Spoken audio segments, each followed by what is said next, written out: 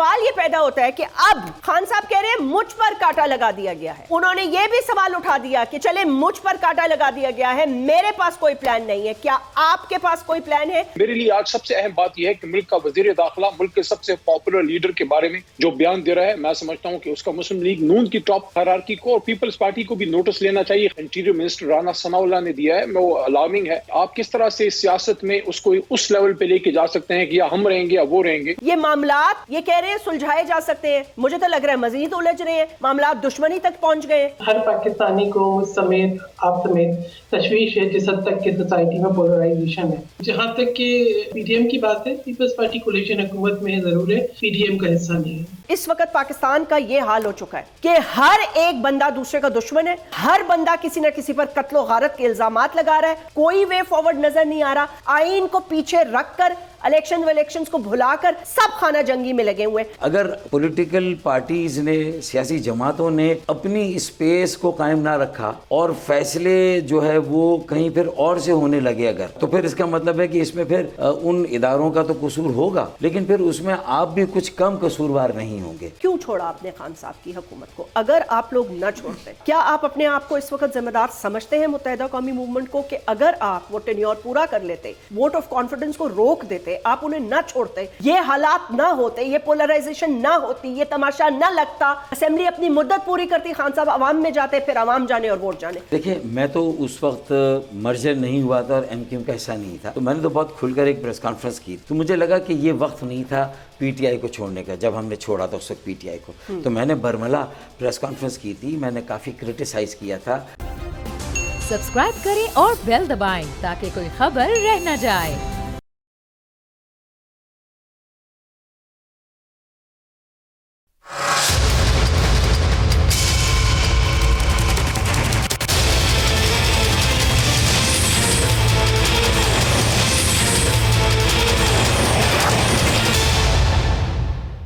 بسم اللہ الرحمن الرحیم. السلام علیکم, میں ہوں Jasmeen Manzoor and welcome to program بس بہت ہو گیا. ناظرین, آپ نے دیکھا کل خان صاحب نے مینار پاکستان پہ ایک بڑا جلسہ کیا. جلسے میں جلسے سے پہلے بہت سارے مراحل سے گزر کر یہ جلسہ اپنی جلسہ گاہ تک پہنچا, جس میں آپ کو پتا ہے خان صاحب کے اوپر کیسز, زمان پارک پہ حملہ, دیواریں گرانا, اس کے علاوہ ہر قسم کی کنٹینر لگا کے رکاوٹیں ڈالنا, لوگوں کو گھروں سے اٹھانا, کارکنوں کو, کارکنان کے لیڈرز کو, ایم این ایز کو, ایم پی ایز کو, former MNA MPAs کو, اور جو بھی تحریک انصاف کے کارکنان ہیں ان کو ہراساں کرنا اور ان کو بڑے پیمانے پہ اٹھانا. خان صاحب آئے, کافی لمبی انہوں نے تقریر کی. تقریر کے اندر انہوں نے 2-4 امپورٹنٹ سوال اٹھائے. سب سے اہم سوال تو انہوں نے یہ اٹھایا, انہوں نے کہا, اور یہ عجیب بات ہے کہ وہ بار بار یہ کہہ رہے ہیں کہ مجھ پر کاٹا لگا دیا گیا ہے, مجھ پر کاٹا لگا دیا گیا ہے. اب سوال یہ پیدا ہوتا ہے کہ یہ اگر کاٹا لگا دیا گیا ہے تو پھر عوام کے مینڈیٹ, آئین, دستور پاکستان کا ووٹ پر انگوٹھے لگانے کا کیا مقصد ہے؟ کون کس پر کیوں اور کب کاٹا لگاتا ہے؟ یہ کاٹے لگانے کا مقصد کیا ہے اور یہ کب ختم ہوگا؟ یہی سوال آج جواباً مریم نواز شریف صاحبہ نے بھی اٹھائے, اور ان کے بھی جواب جو ہیں اگر اس ترازو میں دیکھا جائے تو خان صاحب کی باتیں بالکل صحیح نظر آتی ہیں. حکومت چلنے دیتے, پیچھے نہ ہٹتے, وار نہ کرتے, ووٹ آف کانفیڈنس نہ کرتے, ملک کے یہ حالات نہ ہوتے. اگر خان صاحب ناکام ہو رہے تھے, لوگ ووٹ سے ریجیکٹ کر دیتے.